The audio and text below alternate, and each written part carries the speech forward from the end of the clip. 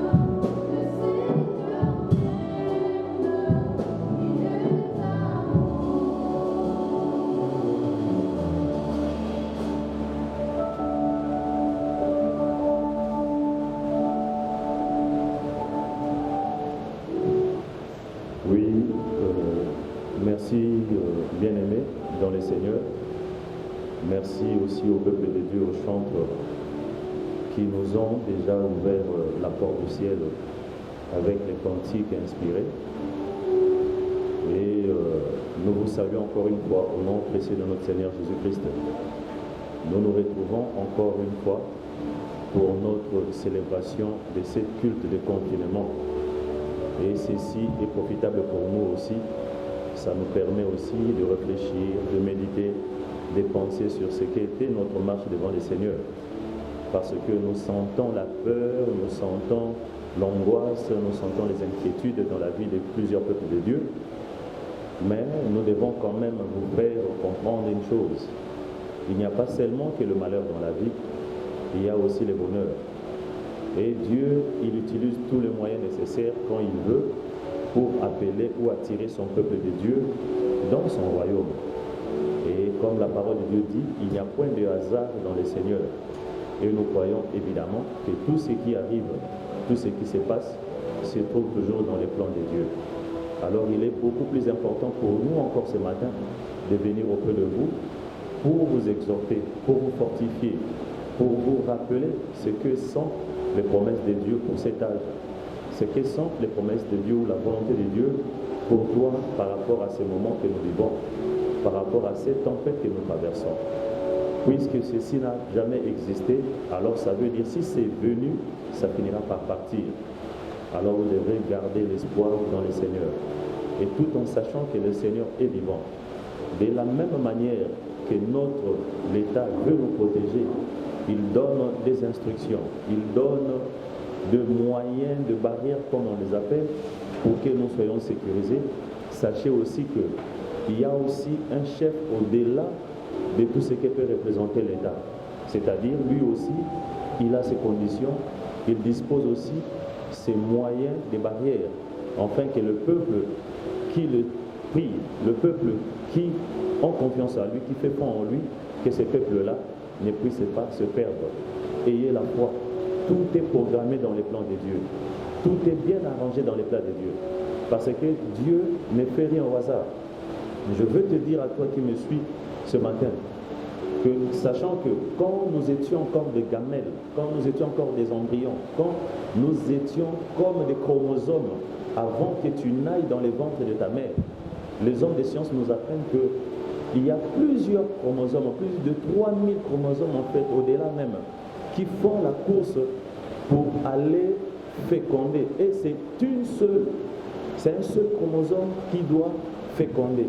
Et parmi tous ces temps de chromosomes qui ont eu à concourir, tu es cette seule chromosome-là qui a réussi à devenir la chair aujourd'hui, qui prie aujourd'hui.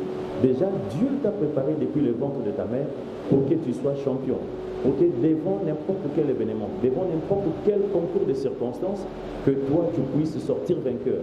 Déjà, parmi le 3 millions et quelques de chromosomes, tu es sorti, toi, vainqueur. Tu es aujourd'hui un homme, tu es aujourd'hui une femme. Sache que la vie aussi, c'est un ensemble de courses que nous faisons. C'est un ensemble de courses que nous réalisons. Mais nous devons maintenant savoir, par rapport à tout ce qui nous entoure, par rapport au combat, par rapport aux difficultés, par rapport à la méchanceté, quel est le projet de Dieu, quel est le programme de Dieu dans tout ça. Est-ce que Dieu reste-t-il insensible? Est-ce que le Seigneur ne voit pas ce qui nous arrive? Est-ce que le Seigneur ne connaît pas ce qui nous arrive? Bien-aimé, je veux te rassurer aujourd'hui le matin, sache que le Seigneur a le contrôle sur chaque chose. Du moins pour ceux-là qui ont foi en lui.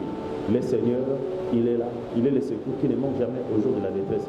Il a tout préparé, il a tout prédestiné pour les enfants de Dieu qui craignent son nom, pour ceux-là qui ont soif de sa parole, pour ceux-là qui veulent marcher avec lui. Le Seigneur a tout programmé.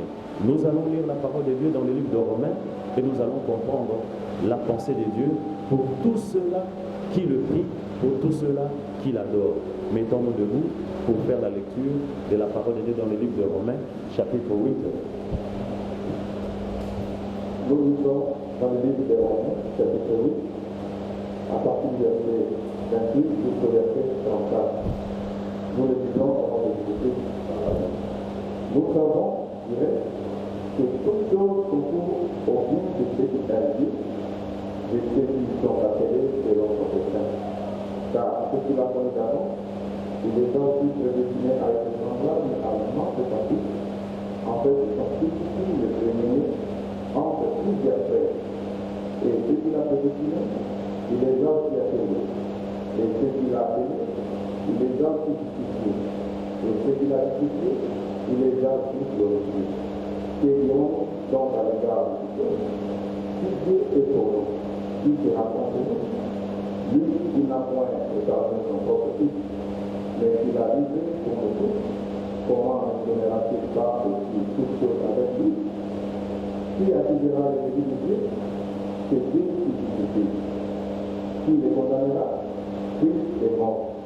Bien sûr, il est ressuscité, il est à la croix de Dieu et il est resté pour nous. Dieu soit loué, que le Seigneur ajoute son esprit dans sa parole. J'aime bien, j'ai aimé surtout la conclusion, frère. Je pense que si vous avez suivi comme moi attentivement cette lecture, on a peut-être à dire seulement Amen et sauter puis partir. Mais nous devons quand même expliquer un peu pour que vous puissiez comprendre que tout ce qui se fait, tout ce qui arrive est dans le projet, dans les plans de Dieu. Toutes les difficultés que tu rencontres, tous les combats que tu rencontres, pas seulement à cause de cette maladie ou confinement. Nous savons qu'il y a des situations accablantes qui nous arrivent chaque jour. Il y a des situations pertinentes qui nous assaillent au jour le jour.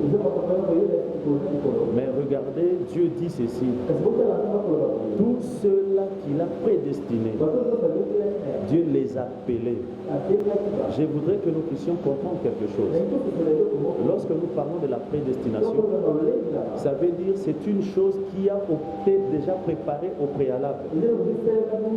Il y a un plan organisé, il y a des acteurs qui doivent être participants dans ces plans et il y a des réalités qui doivent venir. Alors Dieu a déjà arrangé tout cet ensemble de choses. Et après avoir arrangé, il l'a fait comme un metteur en scène. Et puis il dit maintenant je vais choisir des hommes et des femmes qui doivent venir faire participer dans ces films que je vais organiser. Si vous voulez comprendre ces choses, référez-vous seulement aux gens qui tournent le film, aux gens du cinéma. Il y a un scénariste qui écrit son texte et il y a un metteur en scène qui doit regarder le texte et lire. Et après, il doit aller chercher les personnes dont le figure correspond au rôle qu'ils doivent jouer. Et il choisit comme ça au hasard, il leur fait passer le test et ces gens-là viendront pour mettre en exécution les plans du metteur en scène. Et après qu'ils aient mis cela en exécution, c'est ce que nous regardons dans les cinémas ou dans la télé, c'est ce que nous appelons le film. On peut voir quelqu'un que vous aimez dans les films être tué. Vous pouvez avoir peur, vous pleurez. Mais dans sa vie réelle, cet homme-là continue à vivre. Et il peut encore demain aller tourner notre film. Et c'est un peu ce que Dieu utilise dans les spirituels. La Bible dit, Dieu ne fait rien au hasard. Dieu a tout préparé. Dieu a tout prévu. C'est ce qu'on appelle la prédestination. Vous ne pouvez pas devenir enfant de Dieu parce que vous le désirez. Vous ne pouvez pas devenir un enfant de Dieu parce que vous choisissez. On devient enfant de Dieu parce que Dieu vous a déjà mis dans son plan. Et quand nous arrivons à sentir le remords et le désir d'aller prier, c'est seulement ce que nous appelons les temps de Dieu. Le Seigneur active quelque chose en toi qui fera ce que tu aies soif de lui pour que tu t'approches de lui pour le servir. Il peut soit te créer une maladie, il peut soit t'amener un problème dans ta vie, un problème problème de divorce, un problème de renvoi au travail, un problème, je ne sais pas, de la mort dans ta famille. Et suite à cet événement, tu commences à avoir un peu peur. Tu commences à avoir des remords, même des soucis, et tu te dis, je dois aller prier. Et comme toi, tu t'approcheras de Dieu pour prier par rapport à un besoin quelconque. Or, le besoin là que Dieu a créé dans ton cœur, c'est juste que pour t'amener que tu puisses rejoindre son plan. Voilà, c'est ce que le Seigneur appelle ceux-là qui sont prédestinés. Ça veut dire Dieu a tout monté. Comment ces gens-là viendront à lui? Comment ces gens-là vivront? Comment est-ce qu'ils feront face aux difficultés? Comment est-ce qu'ils seront obligés de combattre? Comment est-ce qu'ils doivent se comporter? Qu'est-ce qui doit leur arriver? Et comme cette chose-là arrivera, comment est-ce que ces gens-là seront? Dieu avait tout préparé. Et voilà pourquoi il nous appelle selon son destin, comme Paul le dit. Dieu nous appelle comme des acteurs, afin que nous puissions rendre vivable sa parole, afin que nous puissions manifester cette parole que Dieu a mise en œuvre pour que ses enfants se manifestent. Alors ne vous étonnez pas que Dieu dise dans le livre de Romains, la nature soupire, attend avec un ardent désir la manifestation du Fils de Dieu. Oui, frère, parce que Dieu a tout prévu. Dieu ne fait rien au hasard. Et c'est comme ça que l'apôtre Paul insiste. C'est là qu'il a prédestiné. Frère, si tu es prédestiné, que tu sois dans la maison des féticheurs, que tu sois né dans une famille de sorciers, que tu sois voleur ou brigand, sache que si Dieu t'a prédestiné, il arrivera toujours un temps. Même si tu n'écoutes pas la parole, mais sachez que la voix de Dieu crie plus fort que n'importe quelle voix du pasteur. Lorsque ça commence à crier dans ton cœur, tu seras peut-être mal à l'aise dans l'endroit où tu étais habitué, là où tu étais à l'aise, dans des choses que tu faisais, et tu vas commencer petit à petit à haïr toi-même, à avoir le dégoût de toutes ces choses. Et il n'y aura qu'un seul désir dans ton cœur, c'est d'aller prier le Seigneur. Et quand tu t'avanceras devant lui, c'est en ce moment-là que le Seigneur va maintenant mettre en exécution le plan qu'il a prédestiné pour toi. Et non seulement qu'il t'a prédestiné, il doit encore t'appeler pour que ce destin-là puisse s'accomplir. Dieu ne peut pas te prédestiner et te laisser en dehors de son plan. Notre prophète a dit, le plan de Dieu c'est le Saint-Esprit. Alors quand le Seigneur t'appellera, c'est en ce moment-là que le Seigneur ouvre maintenant les champs d'action pour que tu expérimentes sa puissance, pour que tu expérimentes son pouvoir, pour que tu expérimentes sa gloire. Et quand il t'appelle, le prophète dit, même tout le royaume des ténèbres braquera maintenant tous ses armes contre toi. Il va vouloir te tester. Il va mener les difficultés. Il amènera les problèmes. Il amènera les maladies. Pourquoi? Pourquoi le diable fait cela? Il le fait parce qu'il sait que tout celui que Dieu a appelé et tout sur qui le Seigneur repose son espoir, cette personne-là est dotée de capacités surnaturelles. Il a le don et ces dons-là attirent la puissance. Et ces dons-là manifestent la puissance. Voilà pourquoi, étant enfants de Dieu, étant ses appelés, nous n'aurons jamais la paix. Mais je voudrais que vous sachiez, et peu importe les degrés de combat, si seulement c'est Dieu qui t'a appelé, sachez que le combat fera rage. Mais ce combat-là n'aura jamais le dessus sur toi. Ne craignez pas les difficultés. Les difficultés, les maladies, les tentations, les épreuves, ce sont aussi les évangélistes de Dieu. C'est aussi inclus dans le plan de Dieu. C'est inclus dans le programme de Dieu. Je vous prends ici l'exemple de Moïse. Cet enfant qui est né à deux seins, Dieu l'a prédestiné à être prophète et libérateur depuis le sein de sa mère. Avant que Moïse n'arrive, les prophéties de Moïse l'attendaient dehors, jusqu'à ce que Moïse soit conçu comme un enfant et qu'il puisse être né. Et quand Moïse est sorti du ventre, c'est à ce moment-là que le combat avait commencé. Je vous dis la vérité, il n'y a pas que la peste qui envahit Israël, il y a aussi la mort de l'épée. On a tué des gens, on a assassiné des enfants. Pourquoi? Parce qu'on savait qu'il était né une étoile qui devrait faire une mission pour Dieu. Et plusieurs peuples de Dieu avaient connu la mort, les croyants comme les incroyants. Mais ceux-là à qui Dieu avait placé son espoir, le Seigneur faisait tout pour les garder, faisait tout pour les protéger.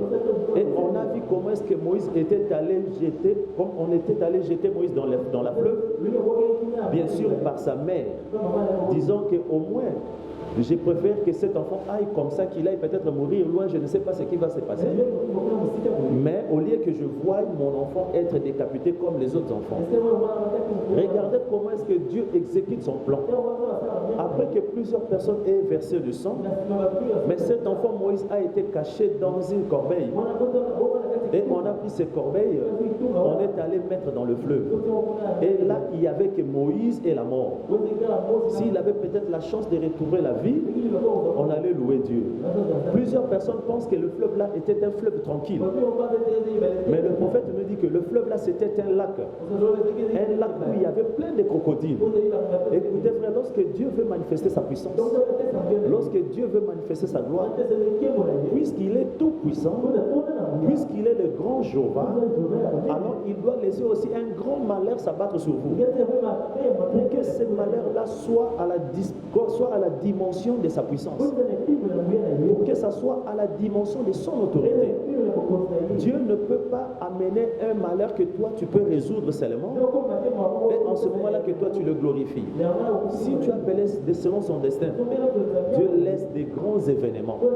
Tu peux souvent t'étonner, te dire, pourquoi toujours dans ma vie, lorsqu'il y a un malheur qui me frappe, et ça n'a jamais été quelque chose de petit, c'est toujours des grands problèmes, c'est toujours des grandes difficultés. Évidemment, sache réellement que ta vie est une vie prophétique. Sache que le Seigneur t'a déjà dans son plan. Sache que tu es prédestiné et Dieu est en train de t'appeler. Et c'est comme ça que Moïse s'est retrouvé dans le fleuve. Et cet enfant a vu le corbeil en train de partir. Et sa sœur qui suivait le corbeil pour regarder ce qui devrait arriver à cet enfant. Puisque sa sœur était aussi informée que ce n'était pas des eaux paisibles. Il y avait des animaux sauvages dans cette eau. Elle pensait peut-être voir comment est-ce qu'un crocodile pouvait avaler cet enfant. Et jusqu'à ce que, puisque le destin de Dieu devrait s'accomplir dans la vie de Moïse, le Seigneur avait mis tous les garde-fous nécessaires pour faire à ce que ces crocodiles ce jour-là ne puissent pas sortir. Et le Seigneur a conduit paisiblement la vie de Moïse jusqu'à ce que Moïse est allé, selon le dessein de Dieu, tomber entre les mains de la fille de Pharaon. Et la Bible dit qui peut juger le Seigneur? Quand il veut accomplir ce destin, lui-même il provoque l'adversité, lui-même il crée le plaie et lui-même il soigne ce plaie. Nous ne pouvons que dire Amen si seulement nous connaissons ces dieux. Frère, non seulement la glorification, c'est cette grande justification, c'est cette grande assistance de Dieu que le Seigneur met sur nous.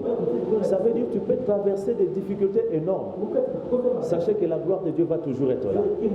Tu peux être appelé à mourir comme Daniel, Meshach et Abdenego. La gloire de Dieu va t'accompagner jusque dans le feu et à partir du fait cette gloire-là a la possibilité de te rendre invincible. Alors je vous exhorte aujourd'hui, si vous avez des inquiétudes, si vous avez des tourments, c'est peut-être parce que ta foi est encore bas. Peut-être parce que tu n'as pas encore espéré totalement à Dieu. C'est peut-être parce que la parole que tu écoutes ne t'amène pas à comprendre ce qu'est le Seigneur. Le Seigneur prévoit chaque chose, frère. Le Seigneur dit, ce qu'il a prédestiné, il les a appelés. Ce qu'il les a appelés, il les a glorifiés. Ce qu'il a glorifié, il les a justifiés, frère. Si les gens de ce monde, la justification veut dire quoi? C'est-à-dire lorsque tu commets un péché, lorsque tu voles, lorsque tu commets un délit, et que l'État congolais vient, il met la main sur toi, et on constate réellement la faute que tu as faite, et on constate, et c'est mentionné dans la Constitution, telle faute mérite telle punition. tel acte mérite telle condamnation. Regardez maintenant la loi de la justification, comment ça fait. C'est-à-dire un avocat qui peut sortir là-bas, il dit c'est vrai qu'il a fait tout, vous avez compris qu'il a fait toutes ces choses. Mais pour moi, je vois qu'il n'a rien fait. Non seulement il n'a rien fait, moi je veux que vous les lâchiez. Mais ces gens-là, compte tenu de ce constat qu'ils ont fait, que la faute que tu as commise est tellement grave, il dit nous ne voulons pas les laisser. Soit ou vous nous donnez l'argent, soit ou vous nous donnez quelqu'un d'autre en échange. Comme ça, en ce moment-là, nous allons les laisser partir. On a dit, alors puisque c'est toi qui les défends, c'est toi qui dis qu'il n'a rien fait, nous avons constaté ces erreurs. Regardez, on a cité toutes ces erreurs. Lui dit, ok, j'assume, j'accepte de libérer mon client. Prenez toutes ces fautes qu'il a fait, prenez tous ces péchés qu'il a fait, prenez tout le mal qu'il a fait, prenez tout le lien qu'il a commis, rejetez ça sur moi, laissez-les partir, moi je reste traité avec vous. Et voyant cet homme-là qui avait commis le mal, qui avait commis le péché, il sort maintenant libre. Et celui qui est venu les défendre, il écope de tous les amendes, de toutes les condamnations que cet homme-là devrait subir. Et cet homme-là, on l'appelle comment? Les justificateurs. Ça veut dire il est venu te prendre ta place, tes erreurs. Vous savez, dans cet événement qui se passe autour de nous, les gens ont peur de la mort. J'ai souvent dit qu'on n'a pas peur de la mort, mais on a peur, on sait là où on ira après la mort. Parce que chacun, quand il regarde sa vie, il a peur de mourir parce qu'il connaît tout ce qu'il vit. Il sait tout ce qu'il fait. Voilà pourquoi nous tremblons. Mais si nous avons une vie justifiée, si nous avons une vie prédestinée, nous n'aurons jamais peur comme les apôtres. Parce que la prédestinée est obéie à une loi de Dieu. Quand Dieu vous a prédestiné, quand Dieu vous a appelé, quand le Seigneur vous a glorifié, quand le Seigneur vous a justifié, qu'est-ce que le Seigneur dit?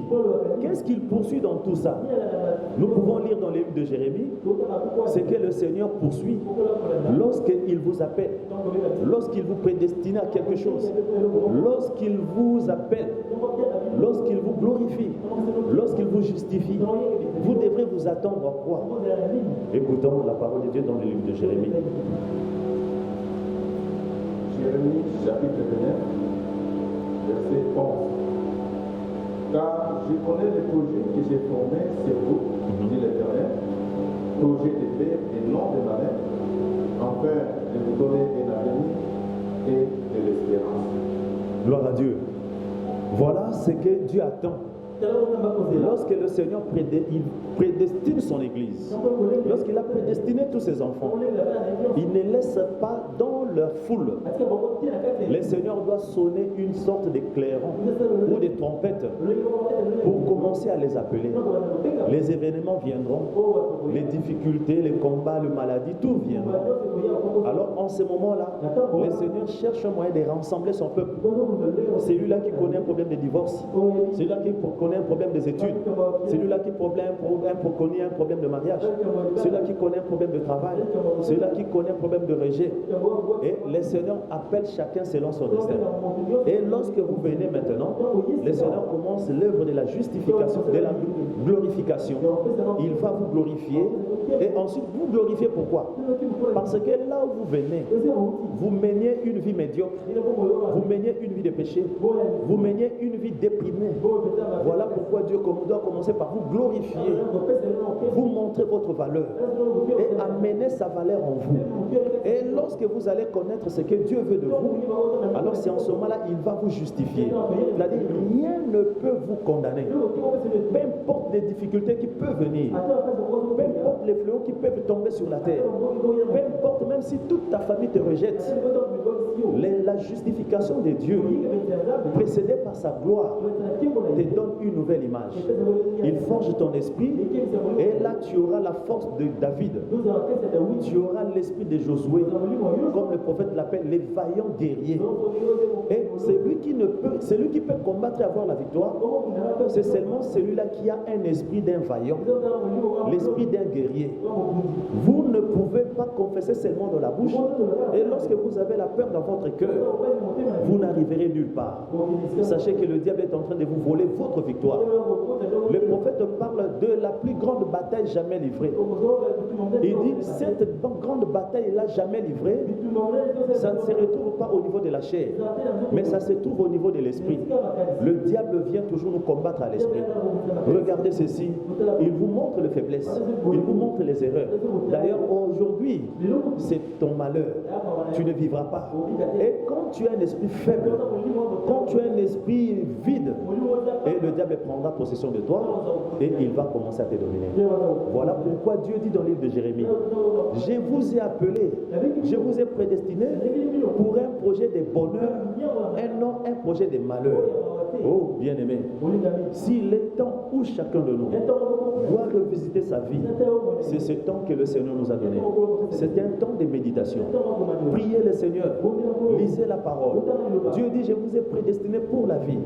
Je promets un projet de bonheur et non un projet de malheur. Un projet de malheur, c'est quoi? C'est tout ce qui te fait peur. C'est tout ce qui t'emmène à pleurer. C'est tout ce qui t'amène à ne plus espérer.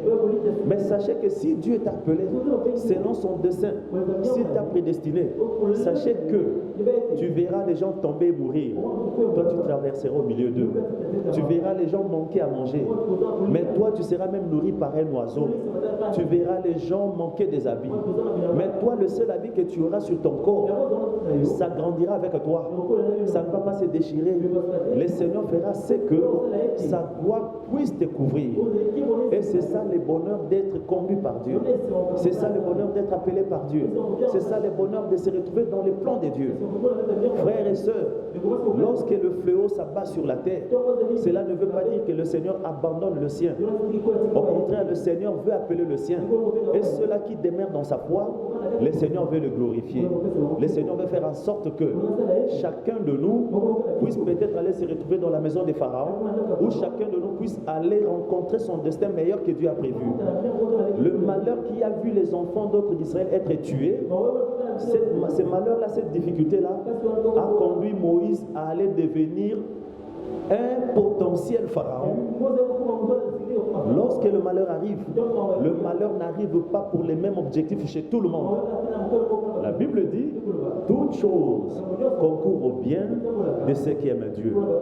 Certains partiront, mais certains derrière ce malheur ici s'élèveront. La gloire de Dieu couvrira d'autres. Alors ça dépend de quel côté que tu es. Ça dépend de quel rang où tu places ta foi. Ça dépend de quel objectif que toi tu vis dans ton confinement. Si tu aimes le Seigneur, la Bible dit, toute chose concourt au bien. Toute chose, ça veut dire tout sauf rien. La maladie doit concourir au bien de ceux qui aiment Dieu. La pauvreté concourt au bien de ceux qui aiment Dieu. Le combat concourt au bien de ceux qui aiment Dieu. Évidemment, tu attends, les mariages concourent au bien de ceux qui aiment Dieu. Les bénédictions concourent au bien de ceux qui aiment Dieu. Dieu dit, toutes choses concourent au bien de ceux qui aiment Dieu. Même le corona concourt au bien de ceux qui aiment Dieu. Même la famine aujourd'hui concourt au bien de ceux qui aiment Dieu. Parce que notre Dieu ne tarit pas dans le droit de sécuriser ses enfants. Il est resté le souverain sacrificateur. Lorsqu'il vous a oint de son esprit vous immunise contre chaque chose, chaque combat, chaque mauvaise vie. Oui, frère, nous sommes humains. Les malheurs peuvent venir nous atteindre. Mais si ce n'est pas ta vie, il va arriver un certain moment, tu te mettras en pause.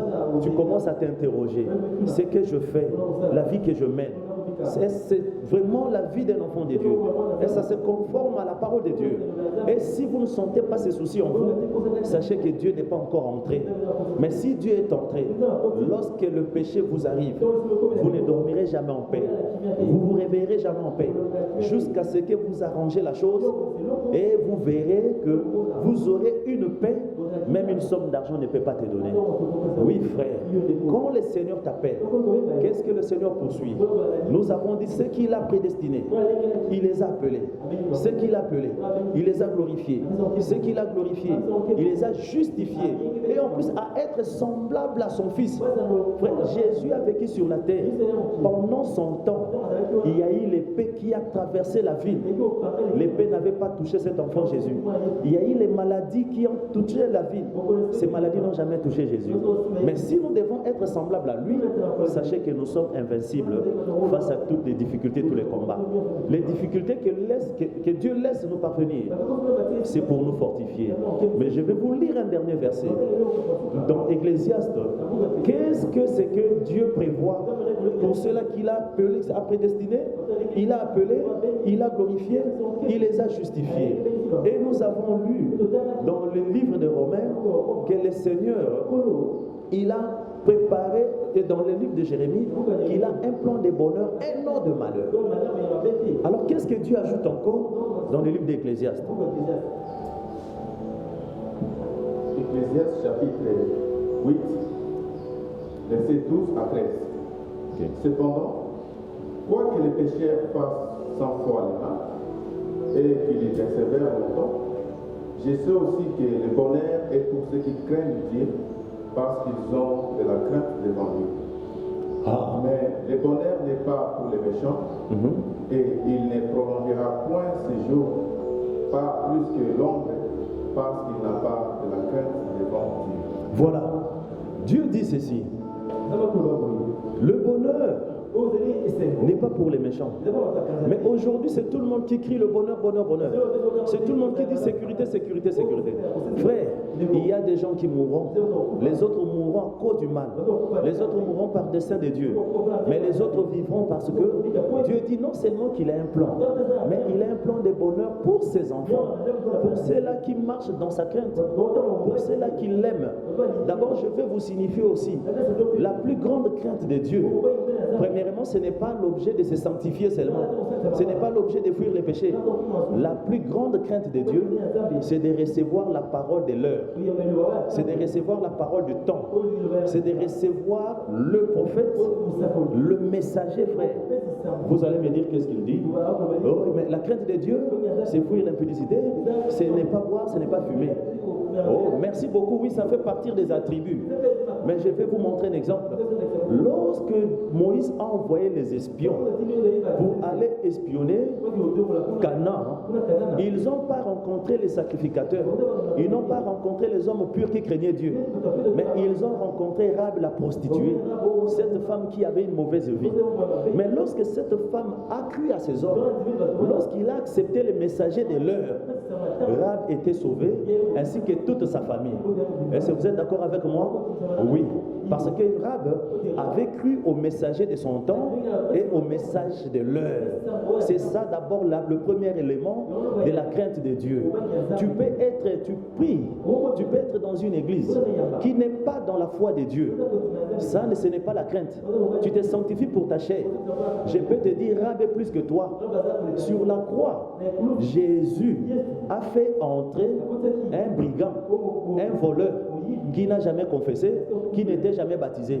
Mais le plus grand problème, c'est parce que ces brigands-là, il était crucifié au bon endroit, au bon moment, parce qu'il était à côté du Sauveur. Quand l'autre s'est moqué de Jésus, l'autre brigand a dit, toi tu ne crains pas le Seigneur, nous méritons moins ce qui nous arrive, mais pas lui. Il a retourné là regarder Jésus. Il dit, Seigneur, quand tu seras dans ta gloire, souviens-toi de moi. Jésus ne lui avait pas demandé de descendre, d'aller se faire baptiser, d'aller confesser ses péchés. Jésus n'avait pas dit ça. Jésus le regarde. Il dit, je suis le chemin, la vérité et la vie. Si seulement tu crois, il dit, aujourd'hui, tu entreras avec moi au paradis. Crois au message de l'heure et croyez au messager de l'heure. C'est ça d'abord le bonheur de ceux-là qui craignent Dieu. La crainte de Dieu, c'est de retrouver les messages de ton temps. C'est de retrouver le prédicateur de ton temps. C'est de recevoir le Saint-Esprit de ton temps. C'est ça la crainte de Dieu. Oui, frère, ça peut peut-être t'achoper. Évidemment, Dieu a dit, les choses de Dieu, on ne donne pas à n'importe qui.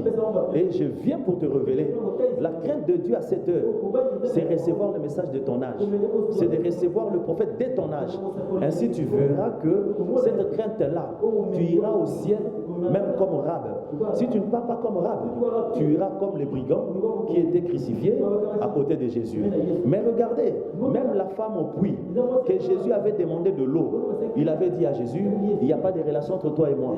Jésus lui dit, si tu me demandes à moi de l'eau, l'eau que moi je te donnerai, ça va épuiser, étancher toute la soif que tu as. Mais tu peux me poser encore la question. Je te pose la question, toi, avec ta sanctification, un jeune homme riche est venu voir Jésus. Il était venu, il dit à Jésus, Seigneur, que dois-je faire pour hériter les royaumes des cieux? Jésus lui dit, obéis à ton Père, obéis à Dieu. Il dit, j'ai observé toutes ces choses, j'ai obéi à toutes ces choses. Jésus le regarde, Jésus lui dit, tu n'es pas encore digne pour les royaumes. C'est-à-dire que ces garçons-là étaient instruits dans toute la loi des Égyptiens, dans toute la loi des Juifs. Ils connaissaient la parole, ils se sanctifiaient, ils se purifiaient. Regardez que Jésus le regarde, il le trouve indigne pour aller au ciel. Jésus lui dit, va maintenant, puisque tu obéis à ton Père, tu obéis à ta mère, tu fais tes prières chaque jour, c'est bien. Vends tout ce que tu as, viens, suis-moi. Pourquoi il doit suivre Jésus? Parce que Jésus était le messager de l'heure. Il avait le message de l'heure. Il avait l'onction de l'heure. Ce n'était pas les onctions connexes qui pouvaient sauver cet homme-là. Jésus dit, viens, suis-moi. Les garçons a regardé Jésus, il a eu de la peine. Il pense à tous les biens qu'il a fait. Que je laisse mes biens pour suivre cet homme qui n'a rien. Il dort dehors avec ses disciples. La richesse n'est pas le symbole d'avoir Dieu. La richesse n'est pas le synonyme d'avoir Dieu. Alors cet homme-là, il est parti, il était désespéré. Jésus regarde ses disciples et dit, regardez combien il sera difficile pour des riches d'hériter le royaume des cieux. Le bonheur aujourd'hui, Dieu a préparé le bonheur pour tous ceux-là qui croient en lui, pour tous ceux-là qui mangent la manne. Je vais terminer par te dire, vous savez pourquoi Dieu ne donnait pas la manne pour une semaine? Pourquoi il ne donnait pas la manne pour 2 semaines? Dieu a préféré donner la manne pour un seul jour. Vous prenez, vous mangez. Et puis demain, un autre viendra. Après demain, notre manne viendra. C'est seulement parce que le Seigneur a prédestiné qu'il y ait chaque parole pour un temps, qu'il y ait un messager pour chaque heure. Chaque manne représentait un prophète avec un message bien déterminé pour un temps bien donné. Voilà, peuple de Dieu, nous sommes bénis parce que nous sommes prédestinés, parce que nous sommes appelés selon son destin, parce que nous sommes glorifiés par lui, parce que le Seigneur nous justifie. Tu peux rester à côté de quelqu'un qui est malade, souffrant de la même maladie qui tue. Tu peux respirer cela. Si le Seigneur qui te justifie est avec toi, tu as déjà le masque surnaturel sur toi. Si l'ange de Dieu se photographie avec nous, si l'ange de Dieu marche avec nous, sachez que la sécurité de Dieu est là. Je ne vous pousse pas à négliger toutes les mesures de barrière. Respectons toutes ces mesures de barrière. Respectons. Je ne vous envoie pas à aller pécher. Je ne vous envoie pas d'aller faire le mal parce que vous serez juste. Non, non, non, non. Un enfant de Dieu doit craindre le mal, doit fuir le mal, doit éviter le péché. À chaque moment, il peut nous arriver des péchés. N'ayons pas honte, n'ayons pas peur d'aller confesser. C'est la voie pourvue par Dieu pour que nous puissions recevoir le salut. Voilà maintenant le message que j'avais à vous livrer ce matin. C'est lui qui est prédestiné. Si tu n'es pas prédestiné, je t'invite, bien-aimé, je te demande, bien-aimé, ne suis pas les distractions qu'il y a dans l'évangile. Il y a un message de l'heure qui est prêché. Et dans ce message de l'heure, Dieu avait parlé de ces temps. Dieu avait parlé de toutes ces difficultés. Dieu avait parlé de tous ces problèmes. Dieu avait envoyé un homme avec un message bien déterminé, avec un destin bien tracé, avec un projet bien justifié. Mais aujourd'hui, ces pasteurs-là, ils lisent cet homme, ils comprennent ce que cet homme a dit, mais ils ont honte et peur de vous, de pour vous dire la vérité. Mes frères, nous voyons les signes du Messie sur la terre. Nous voyons les signes de Jésus au milieu de nous. Nous voyons sa main puissante. Nous voyons sa manifestation. Et chaque jour, nous revisitons notre vie. De fois, il nous arrive de pleurer de tout le mal que nous faisons par rapport à la grâce que Dieu nous a donnée, par rapport à cet avantage que nous avons d'embrasser ce message, de rencontrer Dieu, de marcher avec les signes du ciel sur la terre. Dieu t'attend. Dieu a besoin de toi. Si tu pries déjà, aie courage, fortifie-toi, lis la parole, prie, mets les barrières autour de toi. Le Seigneur est avec toi. Si tu ne pries pas et que tu sens que tu as besoin de Dieu, nous pouvons toujours t'aider, nous pouvons t'orienter. Nous avons fait le tour des églises, mais là où nous nous retrouvons aujourd'hui, nous avons compris réellement que nous étions déjà dans les plans de Dieu. Et j'espère aussi que tu es aussi dans les plans de Dieu. Ces moments de confinement, c'est un temps pour que tu rencontres Dieu et que tu nous suives sur YouTube et que tu nous regardes sur les réseaux sociaux et que tu nous écoutes en live. Sachez que notre Dieu, sa main puissante, peut traverser n'importe quel appareil, n'importe quel obstacle pour te toucher. Et je crois que le Saint-Esprit continuera à faire l'œuvre que moi je ne fais pas. Quoique le Saint-Esprit travaille avec les hommes. Tu expérimentes Dieu là où tu es. Tu expérimentes la gloire de Dieu là où tu es. Frère, il y a des gens qui ont attrapé cette maladie. Ils sont guéris. Ils ont vécu sans voir peut-être un médecin. C'est leur foi. Je ne te demande pas de ne pas respecter ce que les hommes disent. Non. Respecte tous les mesures de barrière. Mais tout ce qui est important, nourrit aussi ta foi. Pour que quand toute cette histoire sera terminée et que tu marches en un enfant de Dieu vainqueur, que tu marches comme une personne justifiée, glorifiée, selon les programmes de Dieu, selon les plans de Dieu. Pour le reste, que Dieu vous bénisse au nom de Jésus. Je peux prier maintenant pour que le Seigneur puisse faire quelque chose dans ta vie, dans ma vie, dans notre vie. Que le Seigneur, dans ces temps pareils, où nous avons grandement besoin de son soutien, qu'il soit toujours près de nous. Combien même que les épreuves viendront, nous savons que c'est lui qui nous a appelés. Il a le moyen qu'il faut, afin que nous puissions vaincre de toutes ces épreuves. Seigneur Jésus, que ton Saint-Nom soit béni. J'ai prêché ta parole. Je répétais ce dont tu as écrit. Et je crois que le Seigneur qui me suit au travers cet écran, Seigneur, soit le Dieu de son soutien. Et que l'ange de Dieu qui marche avec nous puisse aller au-delà de toutes ses limites, afin de les secourir, Seigneur. Et que demain qu'il témoigne de toi. Je le bénis, Seigneur. Laisse qu'il soit protégé. Qu'aucune mauvaise chose, Père, ne puisse toucher à tes enfants. N'est-ce pas qu'il est dit, Seigneur, dans ta parole? Nous te servirons, tu seras notre Dieu et tu éloigneras les maladies au milieu de nous. Nous avons plus que jamais besoin de toi. Je bénis ton assemblée au nom du Seigneur Jésus-Christ. Amen. Que Dieu vous bénisse.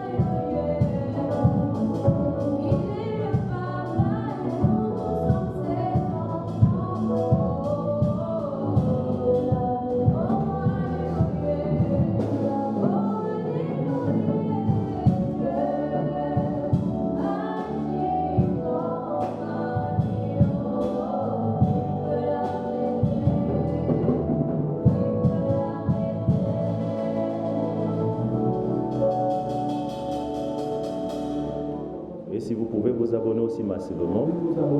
Et je crois que nous ne manquerons pas non plus de vous fournir ce que Dieu veut que nous disposions pour vous. Et c'est comme ça que nous allons marcher dans une communion parfaite. Je crois que le meilleur est devant nous et le Seigneur dispose encore de bonnes choses. Je pense que quand ce moment passera, vous aurez aussi le temps de visualiser certaines des vidéos de notre Église et que vous puissiez quand même avoir une idée de comment est-ce que le Seigneur est en train de marcher aussi avec son peuple. Et je crois qu'il marche aussi avec toi. Et si ce que nous faisons te plaît, ne manquez pas non plus aussi de nous envoyer de vos suggestions. S'il y a des améliorations qu'il faudrait qu'apporter, nous allons le faire. Mais, du moins pour le reste, que Dieu vous bénisse. Je vais prier maintenant pour clôturer notre séance d'aujourd'hui.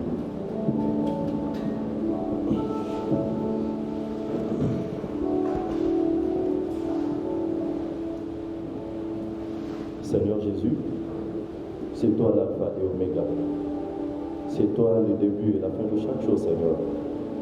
Nous sommes contents, Père, parce que au moins aujourd'hui, ta parole nous a encore fortifiés pour que nous puissions davantage, oh Dieu, nous accrocher à toi. Au moins nous avons compris, Seigneur, oh Dieu, nous ne sommes pas par hasard dans ton œuvre. C'est toi qui as prédestiné chaque chose. Et nous avons cette vie des appelés, Seigneur. Peu importe les erreurs et les fautes que tes enfants commettent, que nous commettons, Seigneur. Notre prière est que, Seigneur, oh Dieu, que tu nous aides à nous débarrasser de cela, ainsi à rester fidèles à ta parole. Qu'à chaque moment, une écriture est lue, Seigneur. Nous puissions nous voir, Seigneur, oh Dieu, dedans de cette écriture. Et que cette parole puisse revêtir chair en nous. Que ceux-là que nous voient puissent davantage, oh Dieu, convoiter le Dieu que nous servons.